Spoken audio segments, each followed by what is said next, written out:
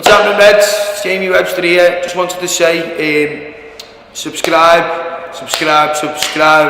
Below. Thank you very much.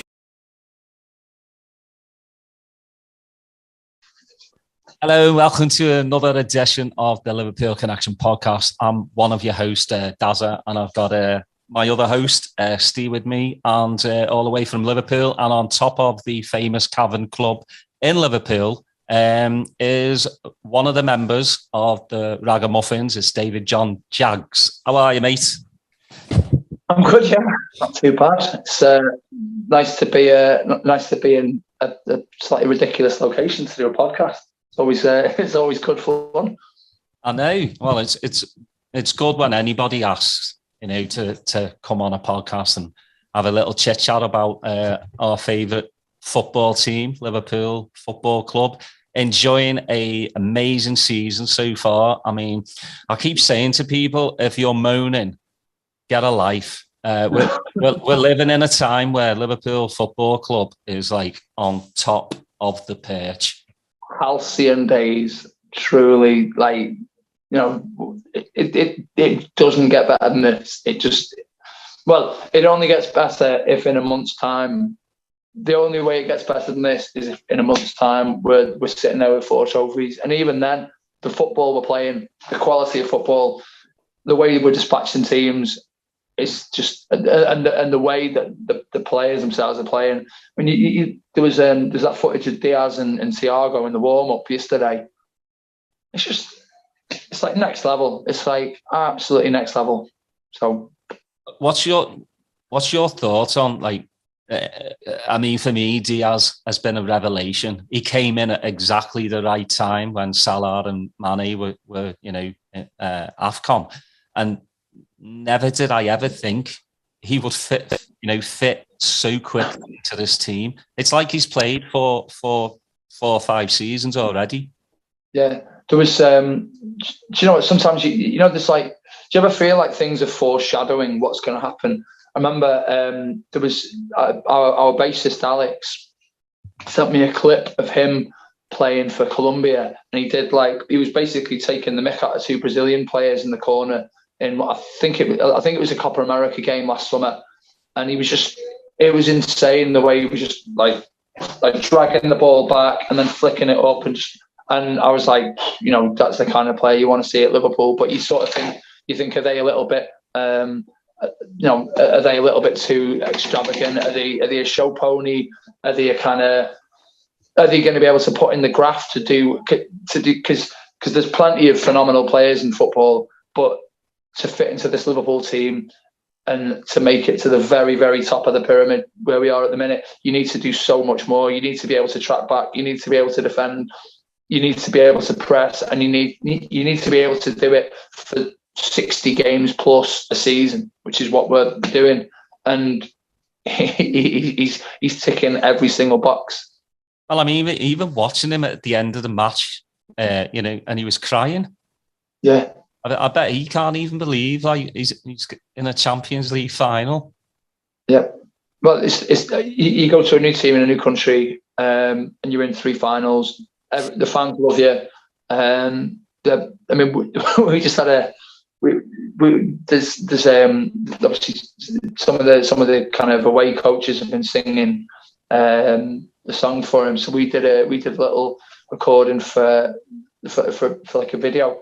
And it's insane. It got picked up by Colombian radio, and I'm like, so he must have like family members back in Colombia. Like, what's this? Mine's blown about like the fact that it's you go to a new country and it's on the other side of the world, and all of a sudden it's like you go from being a potential star to being there. It's crazy. Well, let's delve back into your past then. When was your first Anfield experience? So my dad being a blue was a bit of a sort of stifling thing, but my mum's a red, so I was forced on it. I was forced into being a Liverpool fan by the fact that he'd be out at work and I'd have sort of uncles and other relatives kind of shoving like Liverpool annuals on me from an early age and books and everything.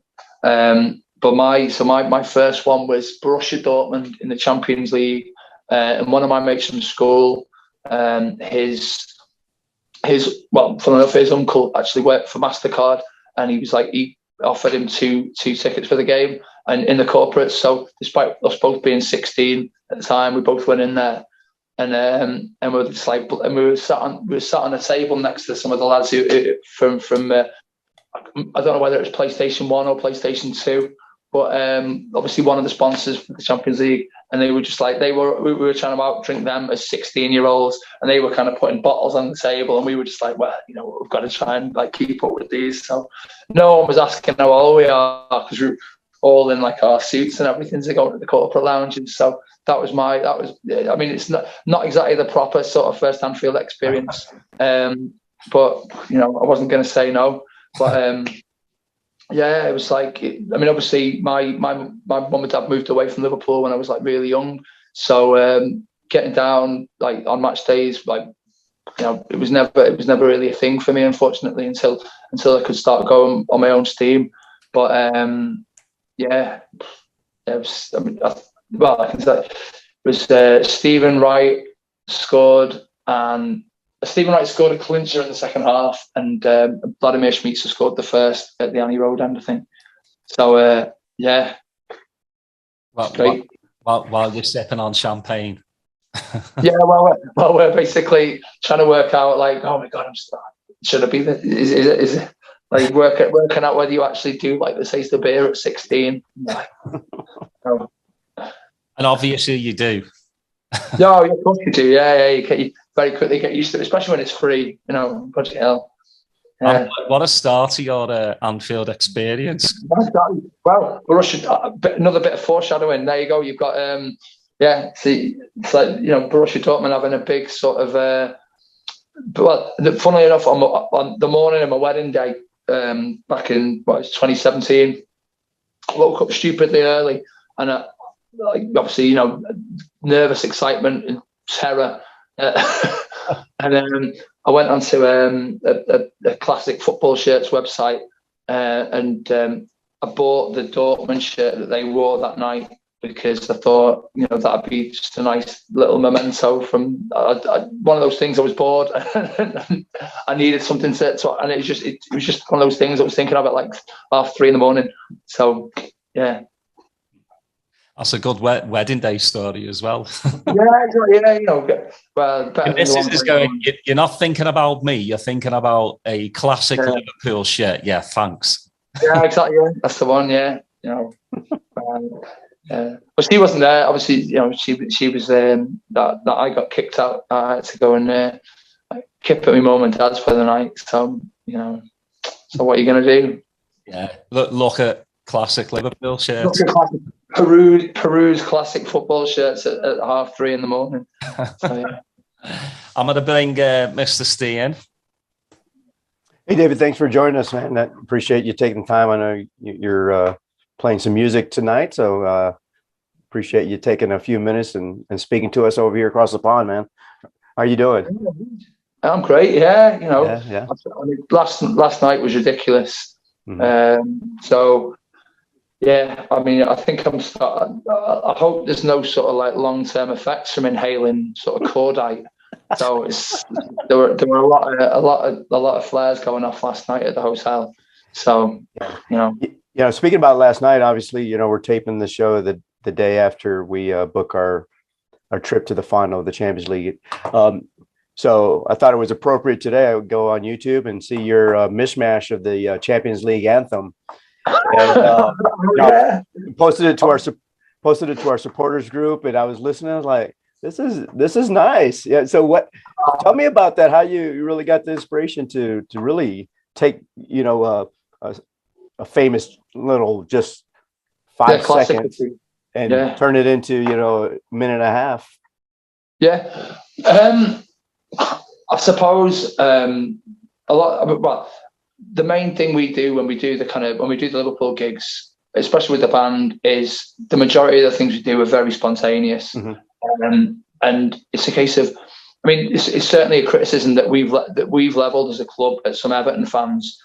It doesn't. I mean, a lot of the time, it doesn't look a lot of fun to be an Everton supporter, and quite the contrary. It just seems it's just an absolute blast. It's like the song repertoire that Liverpool have, and I mean, when you think about it, if you just said maybe 15 years ago that our song repertoire was going to include at least 3 ABBA songs, a Whigfield song, you'd be not having any of that. It just doesn't kind of fit in. It doesn't fit in with like the kind of the way that you perceive sort of football fans and the kind of the music and culture that they'd be on board with.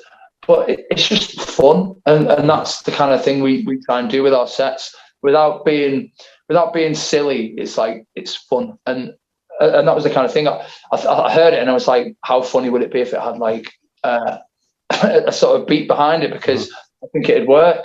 And I'd worked out how to play it because I found a really nice string patch on one of the keyboards that I had, and I just thought, you know what, let's just see how it works over a drum and bass sort of like breakbeat, and yeah, it worked quite well. And it was, I mean, it's like a little kind of thrown together a little bit, but I thought we might as well see what people think of it. And we did, because we did it with a dance beat at one of the kind of Hotel Anfield gigs we did during the season.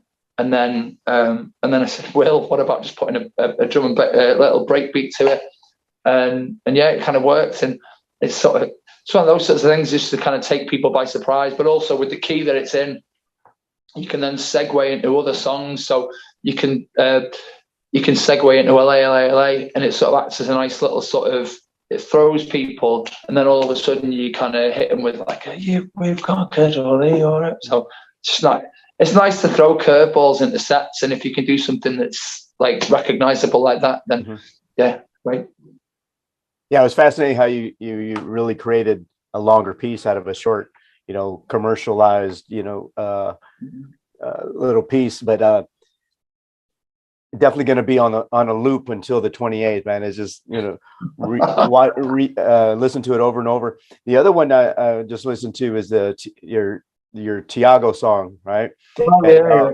And it's funny because at the pub, we only know 2 words. We just sing Tiago Alcantara, and then we just say that over and over. But then when I listen to the full song, it's like, this is brilliant.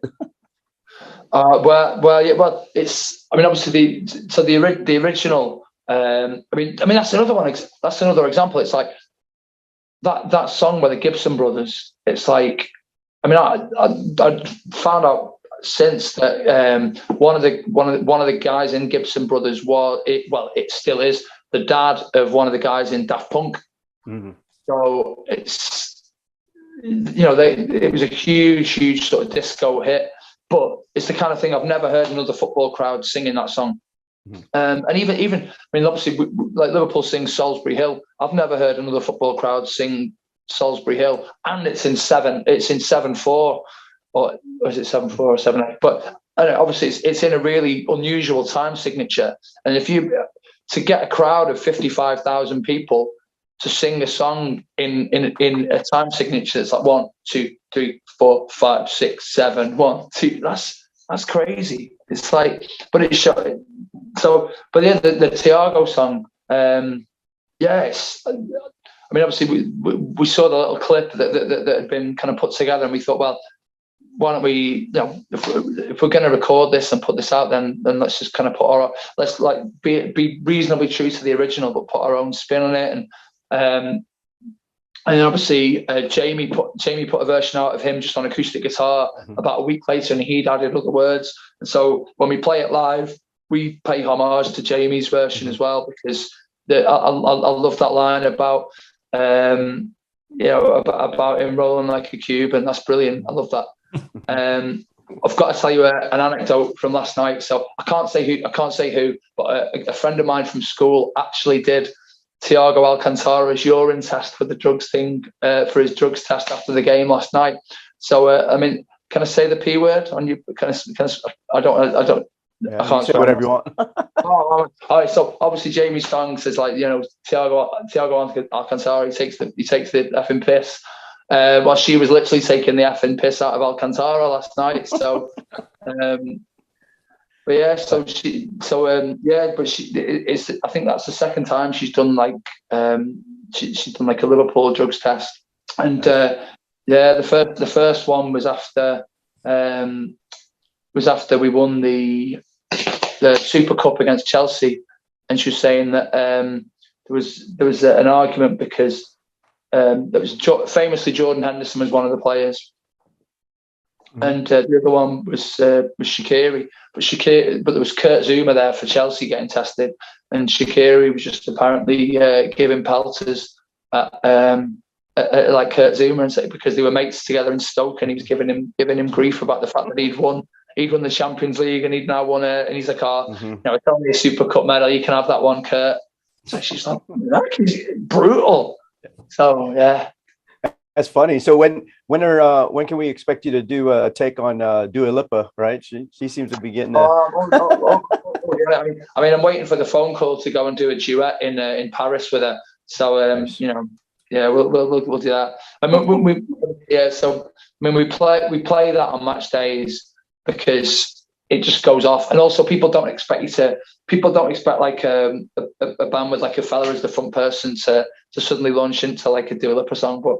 I mean, she's great. I mean, obviously quite a lot of our mates and we certainly play in kind of function bands and function outfits, as well as doing our sort of original stuff and our Liverpool stuff as well.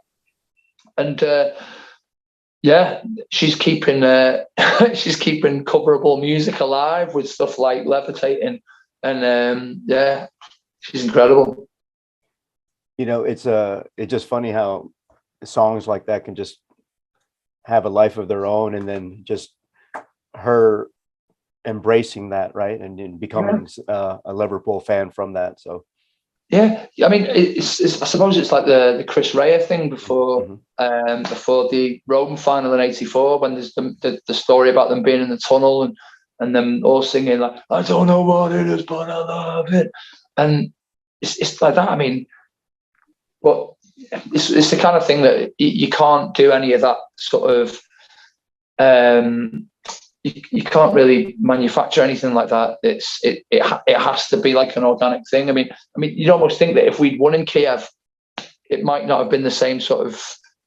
It might. It might have been even bigger. You never know, but it might not have been embraced by us in the same way. And then there's the sort of there's the narrative and the journey that we go on around the song, and then a year later, you have obviously the success in Madrid. So it's just a crazy time, and last month we had South by Southwest here in Austin, and Jamie came over, and also Natalie McCool was over, and we got to meet them. They got to watch some match at the pub, and so it was great hanging out. Have you played at South by Southwest, or is that on your horizon at all? I'd love to. We've never got to that sort of level, unfortunately. Mm-hmm. But Natalie, I've known Natalie for like a number of years. Is our old keyboard player Jules, one of her sort of old workmates, was like Natalie's bass player for a time, and I started talking to Natalie about auditioning for her band. But I'm nowhere near. I kind of went for an audition, and not gonna lie, I'm nowhere near a good enough piano and kind of synth and keyboard player. I can patch stuff in a studio, but when it comes to doing it all live, no, not good enough for that. She's an absolutely incredible musician, absolutely amazing. Now, did I see that correctly, that you are coming over in July to play a gig here in Texas? It's not July. I think it's pushed back until September. Okay, it's September. We're doing doing Cop Connect. So, but I think we're looking at something in Vegas, something in California. I mean, it's obviously early days in terms of everything being put together. But obviously, we came over to Vancouver, and that was. I mean, that felt incredible, because obviously the tail end of the pandemic and everything going on, and it did feel like we got a real window, because a couple of weeks earlier and everything would have been shut in Vancouver. A couple of weeks later and everything would have been, all the borders would have gone up, because I think it was the Omicron sort of variant in the UK was absolutely rife, and they wouldn't have let us fly over. So we were really lucky with it being at the time it was, but it kind of came through, and I think a lot of us who were going sort of thought, is this going to happen? Are we going to be able to do this? Is this? And it was literally when we were sat on the plane, or probably sat in Heathrow having the first bit, having words and having a beer with like Bruce Grobbelaar and Roy Evans, and being like, this is actually going to happen. So yeah, it's absolutely crazy. Yeah, we need to get you to Austin, because Steve's actually the president of the supporters club here, so he's the man to talk to.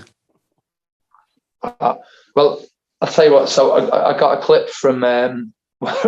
We got tagged in a post on Instagram last night, and I hadn't seen it, but Tom, who's our guitarist, it was like one of the supporters clubs in Miami, had a guy on singing, and it was he was singing in a really unusual time signature to one of the Liverpool songs, and he went like, it was like a Ragamuffins, like eat your heart out. I was like, so I don't even. So yeah, mate, we've got to come over. We'll have to do more. We'll have to do a full US supporters club tour. That sounds like a plan.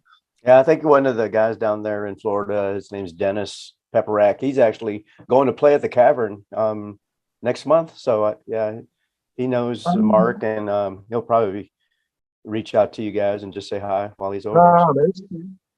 Yeah, yeah. What's up, Daz?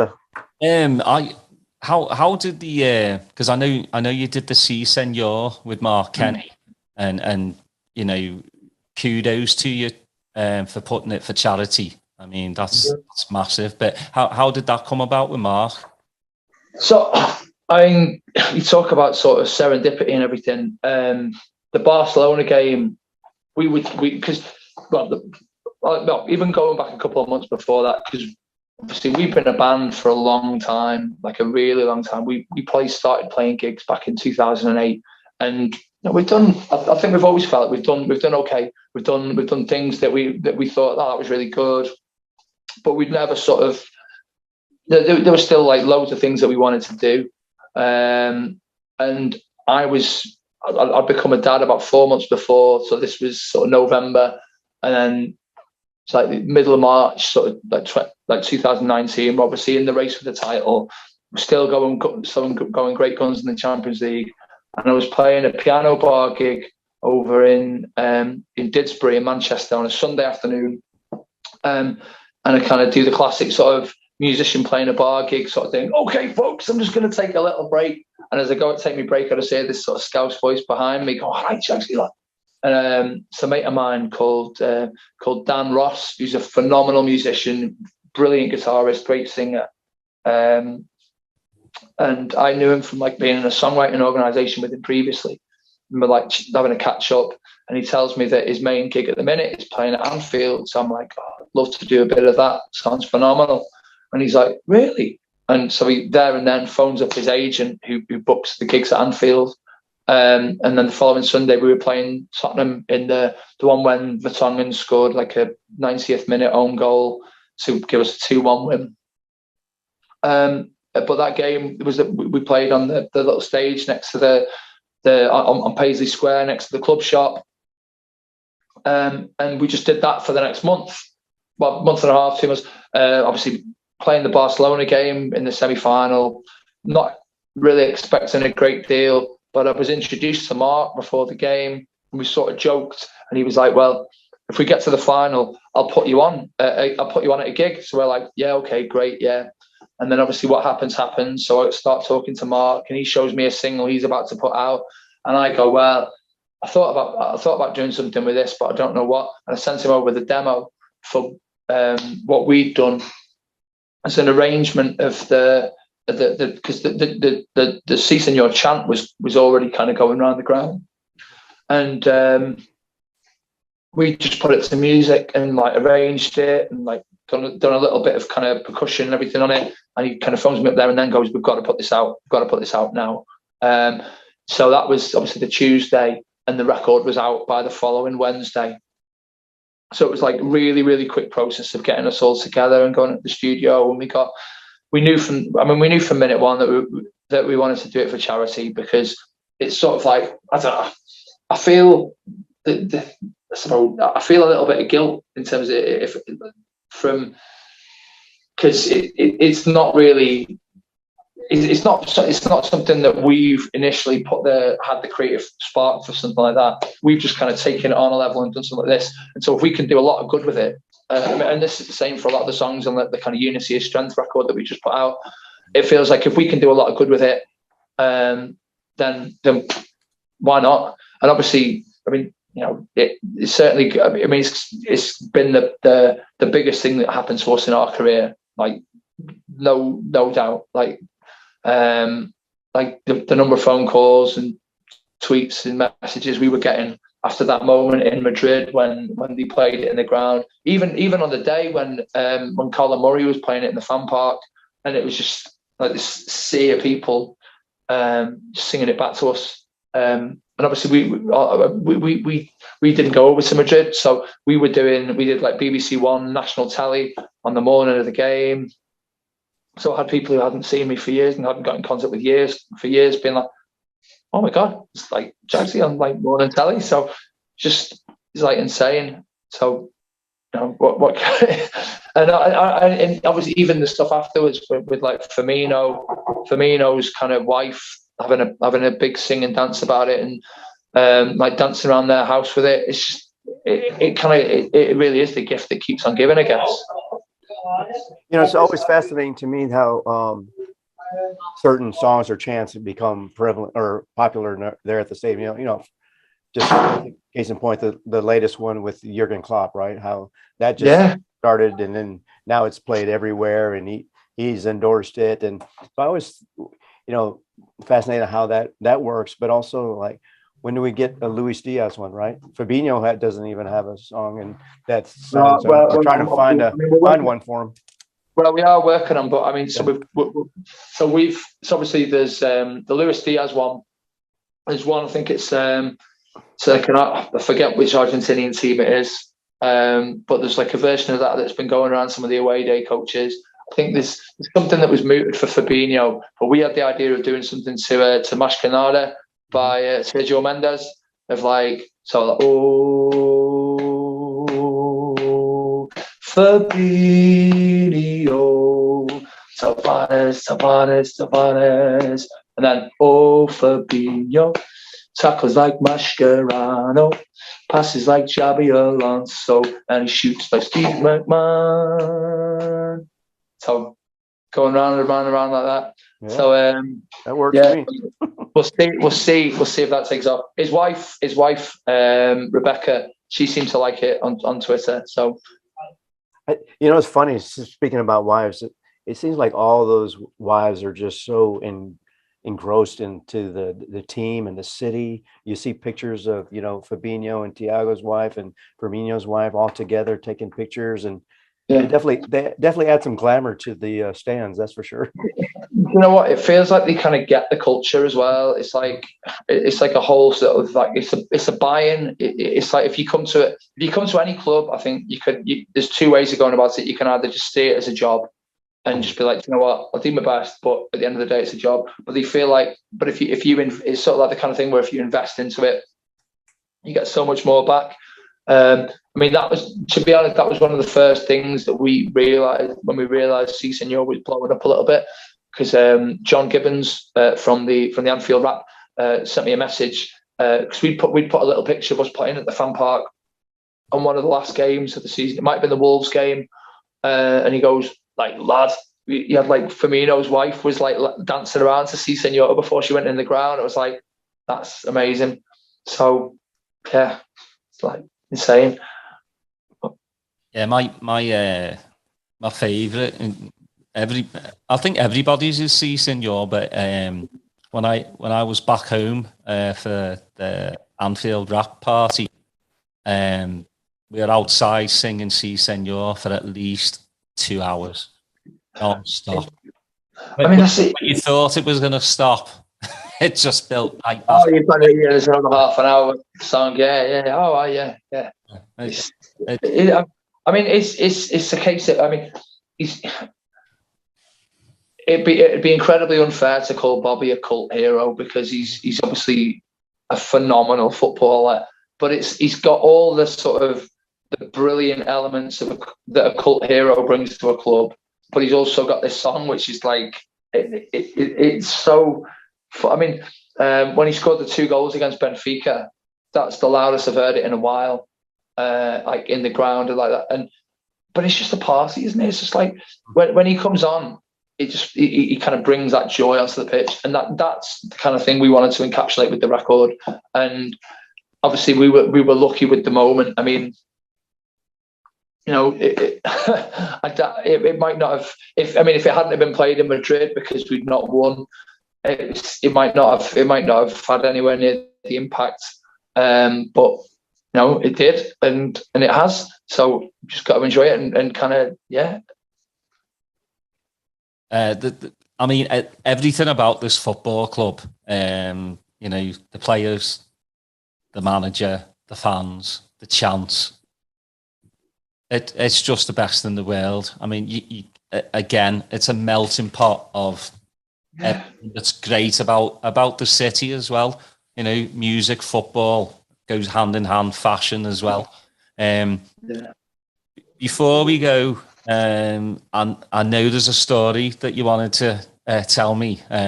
We've had Ricky Lambert on before, and I know you've got a story about him, so I want you to. And I don't care if it's nasty. Just tell it. We want the dirt, don't we, Steve? So it's not just Ricky Lambert. So this is before we started doing the gigs at Anfield. By about 2 months, we were doing a Christmas party for what's his name? Richie. Oh God, it's gonna bug me. But so anyway, footballer was retiring, and his name escapes me. But he played. He was a proper journeyman footballer, and his initial link to Liverpool is that he put in the cross for Burnley for the goal that Jimmy Traore backheeled into his own net back in 2005. So he put the cross in for that goal, but he played.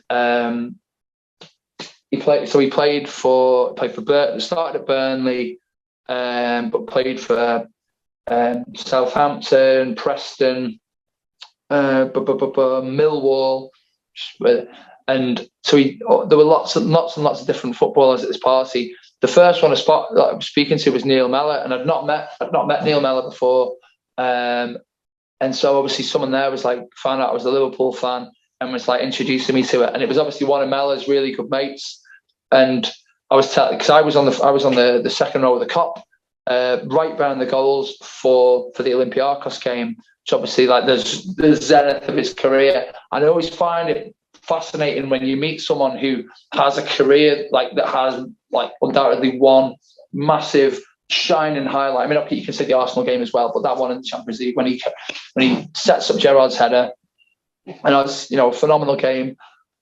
And so first of all, like his mate properly sets him up and goes, "Oh, did you score in that game?" And he's like, I'm like. And he's obviously expecting me to go, "Yeah, of course you scored in that game." And it's obviously because he's told the story in front of his mates X hundreds times. So he's kind of setting him up like that. But Ricky Lambert was there, obviously through the Southampton connection, and a couple of Millwall lads were there as well. So we're playing, and like this fella comes up, and we're looking like the most sort of Sopranos looking fella I've ever seen, and it turns like he's one of the agents for like that sorted out this guy's career. And he goes, "Oh mate, do you know any fucking Millwall songs?" And I went, "Can't see it, do that." And he's like, so he pulls out this big wad of notes, like 50s, and goes, "Yeah, but give us the fucking Millwall song." And I'm like, so I'm looking at the other lads in the band, and I'm like thinking, well, I mean, never mind the fact that the fella's just dropped like, you know, 2 ton on my keyboard. Like, I don't want to disappoint him because he looks like he could snap me in half. So I was like, is it like, we're like discussing it. I mean, did they not have sailing? So we just like play the chords to sailing, this party. And he's just, there's a guy who's there who's the former Millwall captain, and he's crying just as this instrumental version of sailing. And he's just like sobbing. And I was like, it's like, so yeah. And then Ricky Lambert's just there at the bar. And so we think, well, we better do a song for him. So we did like a little sort of ska version of like, "Oh, When the Saints Come Marching," and then obviously turn it into "Oh, When the Reds Go Marching In," because you know, to span both sides. But my God, yeah, I mean, you know, not my proudest moment in music, but yeah, I felt like I better play something, because it's like a. And then it turns out that about half the room are all Millwall fans. So, you know, you know, just discretion, the better part of valor, and all that. So, yeah. Yeah, you don't want to piss those oh my God, yeah. Especially as well. So yeah, you did right. Well, I mean, it was only one song, and you got some money in your pocket as well, so it can't be that bad. Yeah, we did. Yeah, exactly. I mean, I don't know the words. I just knew it was the sailing. So, but it was like it was a bit sort of like, it was quite heavy. Just remember Will like properly pounding the skins. So yeah, no. Oh, mate. Well, we got, you know, a couple of months later we got our reward in like finally getting to play Anfield. So yeah, you're just going up and up and up. Yeah, after this podcast, you're gonna be real famous. Well, this is the next step on the ladder, isn't it? That's so right. Next month. Hey, that's what they all say. Yeah, we've been stepped on for higher places before, so we welcome it. So yeah, we're the stepping stool, so we're all right with that. Yeah. But please go out and buy the Unity is Strength album. It's a fantastic album. Also, if you want more info on the Ragamuffins, go to theragamuffins.co.uk. You can check out the gigs, check out the YouTube channel, because they're not just all about Liverpool songs. I think that's what like Jamie had a problem with as well. You know, having to even put on your concert ticket no Liverpool songs whatsoever. I mean, I suppose I was going to say we've sort of done it the complete opposite way around. Where like Jamie obviously had the sort of initial thing of playing Liverpool songs. We've done it the completely converse way of like trying to hash out a career of like playing original music, and you know, undoubtedly having like some moments, but doing a lot of sort of Wednesday night gigs in Stoke-on-Trent in front of 5 people and a dog, and you know, the dog being the most sort of interested spectator. And but it is what it is. You know, you get around the country, and you know, even then we were lucky. I mean, we were lucky enough we got like taken to gigs in Germany and Italy and France and you know, and well, we played a festival in Austria where we were in the same hotel room as Dizzy Rascal, and not same hotel room, in the same hotel sort of area as like Dizzy Rascal. So we'd see him and his entourage walking around, and that felt like, oh, this is amazing. And then you kind of very quickly come back down to earth when you got a gig in like, okay, where am I going to insult? Preston? Yeah, Preston's okay. But so, you know, somewhere that you know, somewhere else, like, you know, you don't get I mean, I think the first time I ever did a gig in Paris, my missus was like, "Oh, I'm coming along to that," and I was like, "Oh, well, you weren't coming to that one last week in Prestatyn." So it's just, yeah, well, yeah. So we've kind of done it the complete opposite way in terms of trying to go the sort of original route first, and then by complete chance being like, "Oh, do you know what? Let's do a bit of this." And I mean, by the way, it's the most fun you can have on stage. I mean, getting to play Liverpool songs and having people go nuts. It's a pretty good sort of day's work. Yeah, you can't beat that. You know, especially this this year, you know, it's just what a magical year. It's blown my mind, especially after last season was so shite. You know, I mean, if you want to call getting third, you know, with a shite. It's a Bob Paisley quote, isn't it? I've been through the bad times here. You know, one time we finished second. Yeah. But I can't wait to see the next couple of weeks what it holds for everyone, for Jürgen and the boys, and for all us fans. Yeah. But Nate, appreciate you coming on. You know, it's been a pleasure. I'm glad, you know, we were finally able to get you on. I know we've been back and forth. But we got you, and I hope your gig tonight goes really well. Blow the roof off the cavern. Or no, you're playing. We are playing literally on the roof. We are literally playing on the roof. So blow the roof off the sky, then. Yeah, well, we're hoping it's going to be like a bit like the Savile Row gig that the Beatles did back in sort of 69, 70. So yeah, that's the plan anyway. Although it might be raining by the time I look outside in a minute. So no. Well, again, Liverpool Connection Podcast, myself, Daz, and Steve, really appreciate you coming on. Again, everyone, thanks for tuning in and listening. Really appreciate it. And as always, up the Reds.